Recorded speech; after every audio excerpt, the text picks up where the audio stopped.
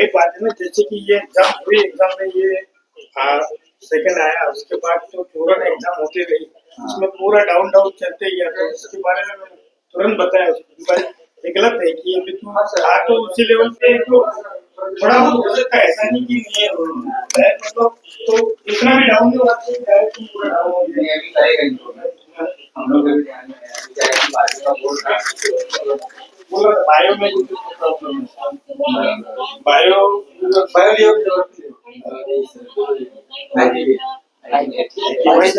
के बाद तो ये दोनों से लेना चाहिए, अच्छी है सर। पिछले 2 साल से हम लोग ये कोशिश कर रहे थे कि हमें एक राइट कैंडिडेट मिले इस स्कॉलरशिप के लिए, एक अच्छा कैंडिडेट, डिजर्विंग कैंडिडेट जो सच में मतलब एक डिजर्विंग हो, तो ताकि हम लोग उन बच्चों तक पहुंच पाए। तो आपका एक्सपीरियंस कैसा रहा हमारे साथ, जैसे इनका क्या एक्सपीरियंस रहा, तो ये स्कॉलरशिप का सिलेक्शन प्रोसेस कैसे होता है, ये सब कुछ एटलीस्ट हमारा जो फॉलोअर्स है या जो आने वाले पेरेंट्स है, बच्चे हैं, तो उनको ये मैसेज पहुंचे। तो उसके लिए हम लोग ये करना चाह रहे थे, तो इसलिए कुछ क्वेश्चंस मैंने प्रिपेयर किया था। तो वो सारे क्वेश्चंस तरह तरह पूछेंगे आपसे। क्वेश्चन प्रिपेयर हमने किया था, बट वो जो क्वेश्चन जो भी है तो वो जेन्युइन जैसा है वैसे क्या होता है। नमस्ते, वेलकम टू अध्ययन डिफेंस एकेडमी। Thank you. करीबन हम लोगों ने 200 किलोमीटर होगा ना, 150 किलोमीटर 149 किलोमीटर आपके पास चल के आए हम, अथर्व को भी मिले। मैंने आपके लिए कुछ क्वेश्चंस तैयार किए थे, तो वो सारे क्वेश्चंस आपसे पूछना था। सबसे पहले हमारा अध्ययन डिफेंस एकेडमी के बारे में आपको कैसे पता चला और कैसे आपने डिसाइड किया कि हमारे पास ही आपको आना है, यानी हमारे पास ही अथर्व को एडमिशन दिलाना है, कैसे आपको ये पता चला? जैसे क्या ये इंटरनेट पे सर्च किया, नेट पे सर्च करने के बाद और भी, जैसे मैंने आपको पहले आने के टाइम में बोला कि कोई और दूसरी एकेडमी भी सर्च की थी। उसके बाद 1-2 जगह हम लोग जाने के बाद जैसे ग्लोबल का नाम सुना, ग्लोबल के बाद वहाँ पे अदनान एकेडमी था, अदनान एकेडमी। वहाँ पे आने के बाद वहाँ का जो काउंटर से लेके मैनेजर सर तक जो हम लोग जो ट्रेनिंग रहा अच्छा, उसके बाद वहाँ क्या अंदर जो चीज है कि लड़का यहाँ से बाहर नहीं जा सकता। 24 आवर्स वहाँ पे अगर रहता है तो लड़का गेट के बाद जाना है तो उसको गेट पास लेके जाना पड़ेगा, और जो भी है सर से बातचीत करके या गेट पास लेने के बाद ही आ जा सकता है। तो यहाँ पे सेफ्टी वगैरह सो जो चीज है वो अच्छी रहेगी, और स्टूडेंट के लिए क्लास मतलब उसको पढ़ाई करने के लिए भी अच्छा रहेगा। वो सोच के यहाँ पे अच्छा हमको वहाँ का जो क्लाइमेट भी अच्छा लगा, वहाँ पे जो चीज है वो बहुत बढ़िया सब लगी, इसके लिए वहाँ पे हम लोग ने एडमिशन लेने का सोचा। ओके, जैसे हमारा एडमिशन रिकॉर्ड है उस हिसाब से वो हमारा जो 100% स्कॉलरशिप प्रोग्राम है उसका थ्रू से इनका सिलेक्शन नहीं हुआ था, उनका एडमिशन नहीं हुआ था, है ना। जैसे नॉर्मली आपने विजिट किया, उसके बाद एडमिशन हुआ, तो इसके वजह से पहला साल में उनको 100% स्कॉलरशिप का ये अपॉर्चुनिटी नहीं मिला उनको। तो इसके बाद 1 साल करीबन गुजरने के बाद जो हमारा बचा हुआ सीट्स रहता है, यानी हर साल हमारा प्रोविजन रहता है कि 5 बच्चों को हमें 100% स्कॉलरशिप देना है ना। तो पहले बार उनको ये अपॉर्चुनिटीज नहीं मिली बिकॉज हम लोग अब तक पहुंच नहीं पाए राइट टाइम पे, जब एंट्रेंस एग्जाम चल रही थी, राइट। पर अभी 1 साल बिताने के बाद उन्होंने पढ़ाई किया, मेहनत किया, फिर हमारा जो बचा हुआ सीट था उसके लिए हमें इन हाउस स्कॉलरशिप टेस्ट लेते रहे, यानी 100% स्कॉलरशिप को दोबारा लेते हैं। फिर इसमें इन्होंने काफ़ी अच्छा परफॉर्मेंस दिया, ये तो आप जानते भी होंगे। उससे पूरा शुरुआत से लेकर उनका जो मार्क्स है, उनका रिजल्ट का रिकॉर्ड से काफ़ी अच्छा रहा, है ना। आप भी खुद ग्रुप्स में देखते होंगे। उसी सिलसिला को जारी रखते हुए उन्होंने क्या किया, 100% स्कॉलरशिप में भी काफ़ी अच्छा परफॉर्मेंस दिया। इवन रिटन एग्जाम में भी सबसे अच्छा लाया था, पर इंटरव्यू में थोड़ा सा डाउन हुआ, पर उनको फिर भी स्कॉलरशिप हासिल हुई। हाँ, लेकिन उम्मीद थी 100 तो पहले पोजीशन पे था। पहले उम्मीद तो पहले पोजीशन की। जैसे कि हम लोग जब भी एडमिशन लेने के लिए आए थे, तभी आपके मतलब एडमिशन रूम के बाहर ही जो बोर्ड लगे हुए थे, वहाँ पे जो स्कॉलरशिप के बोर्ड लगे हुए थे, फर्स्ट रैंक सेकंड थर्ड। हाँ। वो देख के उसको मैंने पहले ही बोला था, देख ये रैंकिंग में तुझे आना है, हाँ। वो तभी बोला था जब एडमिशन में। हाँ। तो वही उसने इम्प्रूव करके दिखाया, मतलब वो उसने करके दिखाया, उसके ओके। लिए मुझे बहुत उसके ऊपर गर्व है कि ओके। वो उसने जब देखा वहां पे जो चीज कि यहाँ पे देखो इधर इतना लगाया है स्कॉलरशिप का बोर्ड, तो ये सब चीज अपने को तेरे को इसमें आना है और अच्छा बिहेवियर रख के यहाँ पे पढ़ाई करना है, तो हाँ। उसने वो करके दिखाया। हाँ, उन्होंने किया भी है। सो फाइनली उन्होंने जब 100% स्कॉलरशिप का रिजल्ट आने के बाद शायद आपको या मम्मी जी को कॉल किया होंगे। नहीं, So, हाँ मम्मी हाँ। कॉल किया था, मुझे भी कॉल किया था, मम्मी को भी कॉल किया था। हाँ।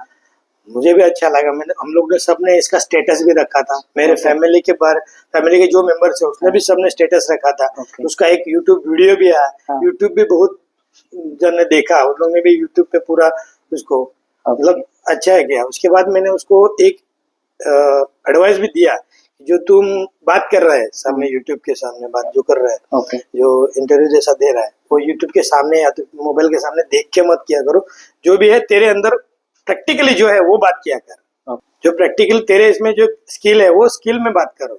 ओके। हाँ।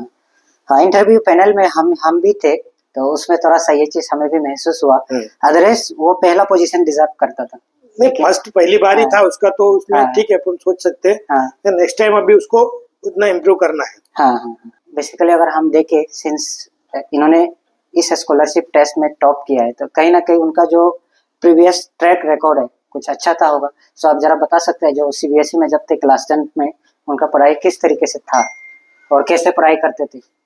ये जबकि इसको सीबीएसई बोर्ड्स में एडमिशन मिला, जैसे कि 5 से लेके 10 तक, ये पहले दिन से 5 से लेके 10 तक हाईएस्ट ही रहा, पर अंडर 5 के अंदर ही वहाँ पे भी रहा, जहाँ पे एसटी फ्रांसिस स्कूल है इसका, ओके। ओके। जो इंग्लिश मीडियम स्कूल है उसका, उसमें भी मतलब फर्स्ट रैंकिंग में ही रहा, फर्स्ट सेकंड थर्ड, मतलब आफ्टर 5 के बीच में रहा 10 तक। 10th में भी इसको 92 अबाउ मिला परसेंटेज, हाँ, इसको 10th में भी। हम्म। तो इसके लिए ये उसका वहां से ही बेस अच्छा था, जो 10 से ही या 5 से ही समझो, हाँ। 5 क्लास से ही इसका अच्छा बेस था, वहां पे भी बिहेवियर अच्छा था और सब कुछ। थोड़ा स्पोर्ट्स में कम था, हाँ, बट स्पोर्ट्स में अभी भी पढ़ाई में भी, हाँ अभी भी थोड़ा स्पोर्ट्स में कम हाँ। है जो बात है, हाँ। मगर पढ़ाई में तो बहुत मतलब दिन रात उसको पढ़ाई में घुसा रहता है। हाँ। हाँ। पढ़ाई तो अच्छी कर रहा है, बट अभी स्पोर्ट्स में तो थोड़ा उसको इम्प्रूव भी करना चाहिए, स्पोर्ट्स में भी जाना चाहिए। हाँ, इसके वजह से थोड़ा और हम लोग इनको इम्प्रूव भी करा रहे हैं, अभी इन्वॉल्व करा रहे हैं, ताकि इनका पर्सनैलिटी और डेवलप हो, एसएसबी में दिक्कत ना हो, इसलिए वही बोल रहा हूँ कि स्पोर्ट्स में इन्होंने और थोड़ा करना चाहिए, उसको मैं खुद भी बोल रहा हूँ कि स्पोर्ट्स के पीछे थोड़ा और टाइम दिया करो। हाँ। अभी 1 साल गुजर गया है ना, 1 साल बीत गया है, अथर्वा हमारे पास एडमिशन लिया, तो उसके अंदर में आपने क्या क्या चेंजेस अभी तक नोटिस किया है? 1 साल के बाद क्या क्या चेंजेस नोटिस किया है उसके अंदर में, क्लास 10 पास होने के बाद और हमारे पास 1 साल रहने के बाद? चेंजेस बोलते अभी यहाँ पे जैसा एडमिशन लेने के बाद वो थोड़ा कूल हो गया, कूल हो गया, मतलब वहाँ पे रहने के बाद, उस क्लाइमेट में रहने के बाद थोड़ा कूल हो गया। यहाँ पे थोड़ा हाई था, अभी फिलहाल थोड़ा कूल हो गया है, समझ में आ रहा है कि जो चीज जो कर रहा हूँ क्या करना है क्या नहीं करना है, वो सब अभी उसको मतलब दिमाग में बैठ गया। अभी थोड़ा उम्र कमी था, अभी और उम्र थोड़ा बढ़ गया, मैच्योरिटी बढ़ गया, तो उसके हिसाब से वो अभी एडजस्टेबल कर रहा है हर चीज को। ओके, ठीक है। सो इसका मतलब इसके अंदर में पॉजिटिव चेंजेस है। हाँ, पॉजिटिव, उसके मम्मी का और उसका प्यार ज्यादा बढ़ गया। ओके। जब यहाँ था नहीं था इतना, तो उधर जाने के बाद बढ़ गया। ये यूजुअल ह्यूमन टेंडेंसी है, जब डिस्टेंस बढ़ता है तो प्यार बढ़ता है। सर हम आपके घर आए हैं, मैं और साथ में सर आए हैं आपके घर, तो आपको कैसा लग रहा है? सर अच्छा लगा, तो आप इतने दूर से मिल रहे हैं। अच्छा, मतलब अभी देखा जाए तो हम लोग पहले भी अपने स्टूडेंट के घर गए हैं, लेकिन हम लोग जो स्टूडेंट के घर गए थे वो जब पास आउट हो जाते थे तब हम लोग उनके यहाँ जाते थे। अभी हमने थोड़ा सा ऐसा प्लान किया कि अभी ही चलते हैं, फिर उसके बाद भी जाएंगे। हमें एक बार और मौका जरूर मिलना चाहिए, जब आपका फाइनल रिजल्ट आ जाएगा तब भी हम आएंगे। जैसे अभी हमारे जो बच्चे हैं जिनका जैसे ओजस है और फिर खुशहाली है, तो उनका जब फाइनल कॉल लेटर अभी आने वाला है, तो हम लोग उसके बाद हमने प्लान किया उनके यहाँ जाने के लिए, उनके पेरेंट्स को बधाई देने के लिए और उसको भी। तो अच्छा लगा हमें भी आकर के, इतनी दूर, काफ़ी बढ़िया था जर्नी हमारा। हाँ, तो अभी आप बताइए कि आपकी जर्नी अब तक की कैसी रही अध्ययन में, और आप ने कैसे प्रिपेयर किया है अब तक, और आगे आपका क्या प्लान है? अध्ययन में सर मेरी जर्नी बहुत ही अभी तक अच्छी रही है। मैंने न्यू एक्सपीरियंस किया वहाँ पे। हाँ। जैसे कि मॉर्निंग पीटी वगैरह, मैं पहले ऐसा एक्टिविटी ज़्यादा करता नहीं था, बट अभी अध्ययन में आने के बाद सब एकदम एक शेड्यूल में फिक्स हो गया। पहले मेरा कोई फिक्स शेड्यूल नहीं रहता था पढ़ने का टाइम, कभी दोपहर में, रात में, पर अभी एक फिक्स स्टडी टाइम हमें मिलता है। उसके बाद जो इन्वायरमेंट आप देते हैं वहाँ पे, प्रोवाइड करते हैं अकेडमी में, जैसे कि सारे बच्चे एक साथ है तो कॉम्पिटिटिव मोड होता है, मतलब सबको आगे जाना है तो सब पढ़ते हैं एक साथ, तो एक इन्वायरमेंट बन जाता है पढ़ाई का, तो उसके वो बहुत बेनिफिट करता है, उससे फायदा मिलता पढ़ने है के लिए। हाँ। अच्छा, तो क्या डिफरेंस है आपका जब आप घर पे पढ़ते थे और जब आप वहाँ पढ़ रहे हैं? जब हम अकेले पढ़ते सर तो उसमें बहुत ही आलस या फिर प्रोक्रेस्टिनेट कर देते कि बाद में पढ़ेंगे करके, या फिर मतलब कोई गोल नहीं रहता, ठीक।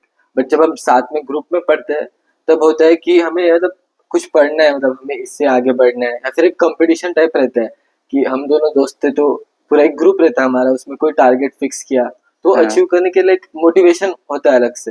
कंपटीशन टाइप एक इन्वायरमेंट बन जाता है तो अच्छा रहता है। तो आपको क्या लगता है कि अब तक आपने कौन सा स्किल ज्यादा डेवलप किया है, और कौन से स्किल पे आप ज्यादा फोकस करने वाले हो आगे ये एक साल में, जो कि आपको हेल्प करेगा फाइनल रिजल्ट लेने के लिए एनडीए में और साथ साथ जेडब्ल्यू में भी? सर पहली जो स्किल मैंने वहाँ पे जाके इम्प्रूव की और मुझे और भी इम्प्रूव करनी, वो है कि लीडरशिप की स्किल और कम्युनिकेशन की स्किल। मतलब एक प्रॉपर वे में बात करना, इंटरव्यू की जो स्किल्स होती है कम्युनिकेशन, जो हम नॉलेज ग्रास करते हैं, ऑब्जर्वेशन स्किल जो मैंने वहाँ पे जाके सीखी है नई नई, उनको ही इम्प्रूव करना है, जिससे एसएसबी और जेईई में भी मुझे हेल्प मिलेगा। ओके, तो मैं एक सवाल और, आप एक तरीके से पर्सनल क्वेश्चन रहेगा, हर किसी का अलग अलग हो सकता है, लेकिन आपके हिसाब से आपके बैचमेट में सबसे अच्छा कम्युनिकेशन और लीडरशिप स्किल किसका है आपके हिसाब से?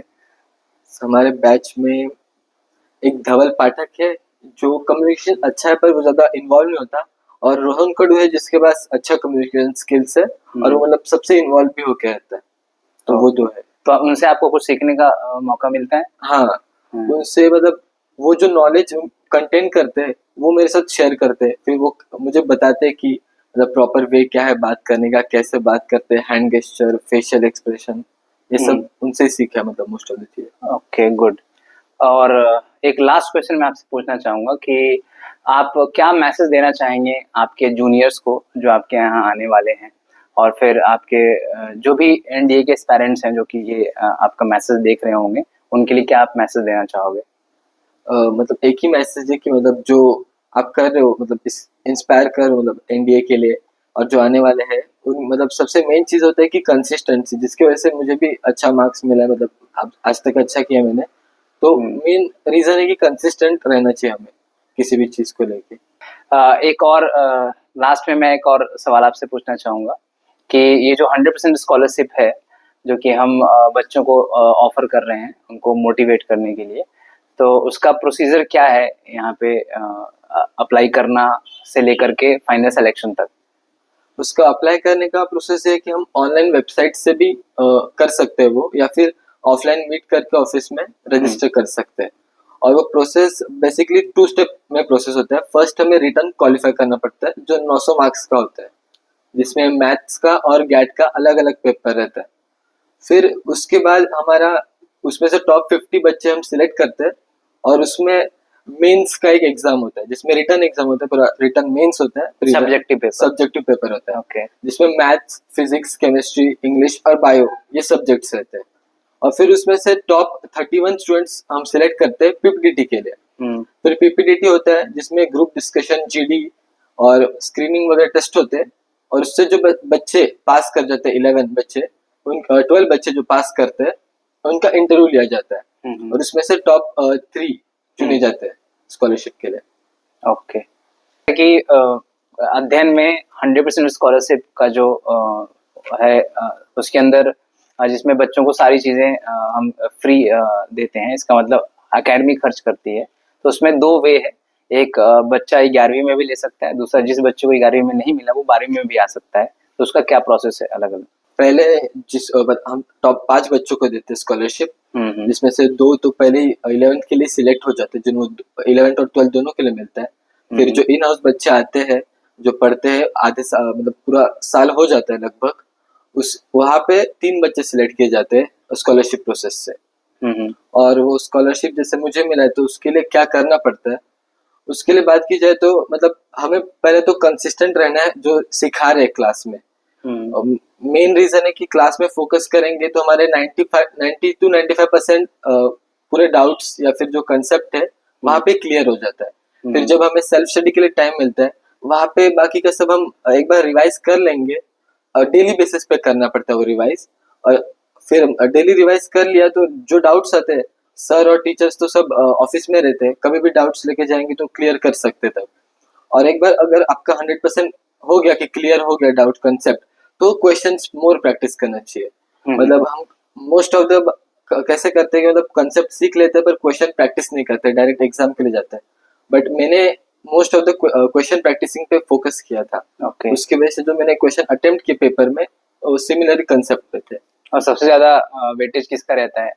सबसे ज्यादा वेटेज मैथ्स का रहता है, तो उसमें ज्यादा प्रैक्टिस चाहिए। हाँ, मैथ्स में कम से कम आपको 5 घंटा तो देना चाहिए डेली बेसिस पे, 5 से 3 घंटे। अच्छा, मतलब कि आपको स्कॉलरशिप 12th क्लास में मिला, 11th क्लास स्टडी करने के बाद 12th क्लास के लिए आपने स्कॉलरशिप जीता। हाँ सर। तो 12th क्लास का सिलेबस क्या था? मतलब 11th क्लास का पूरा था या फिर 10th क्लास का भी सिलेबस था? ऐसा कुछ? और 10th क्लास का भी थोड़ा कंसेप्ट लिए गए थे 10th क्लास में, और जो 11th में हमने सीखा था वो सिलेबस मोस्ट ऑफ द आया था। आपके यहाँ तक सिलेबस पूरा 11th था या कुछ पर्टिकुलर ये था? नहीं सब पर्टिकुलर ये दिया गया था क्योंकि जो सिलेबस कंप्लीट हुआ है उस पॉइंट ऑफ टाइम तक वो सिलेबस आया था पूरा। तो आपके अनुसार जो भी स्टूडेंट अगर 11th में स्कॉलरशिप नहीं जीत पा रहा 10th के बाद, तो एडमिशन लेने के बाद फिर कंटिन्यू कर सकता है। हाँ। कंटिन्यू करने के बाद 12th में भी एक मौका है उसको चांस रहता है लेने का। बस एडमिशन लेने के बाद 1 ईयर कंसिस्टेंसी अच्छे से स्टडी करना पड़ेगा, यही ना? वही मेन पॉइंट है sir. Okay, congratulation. Thank you sir.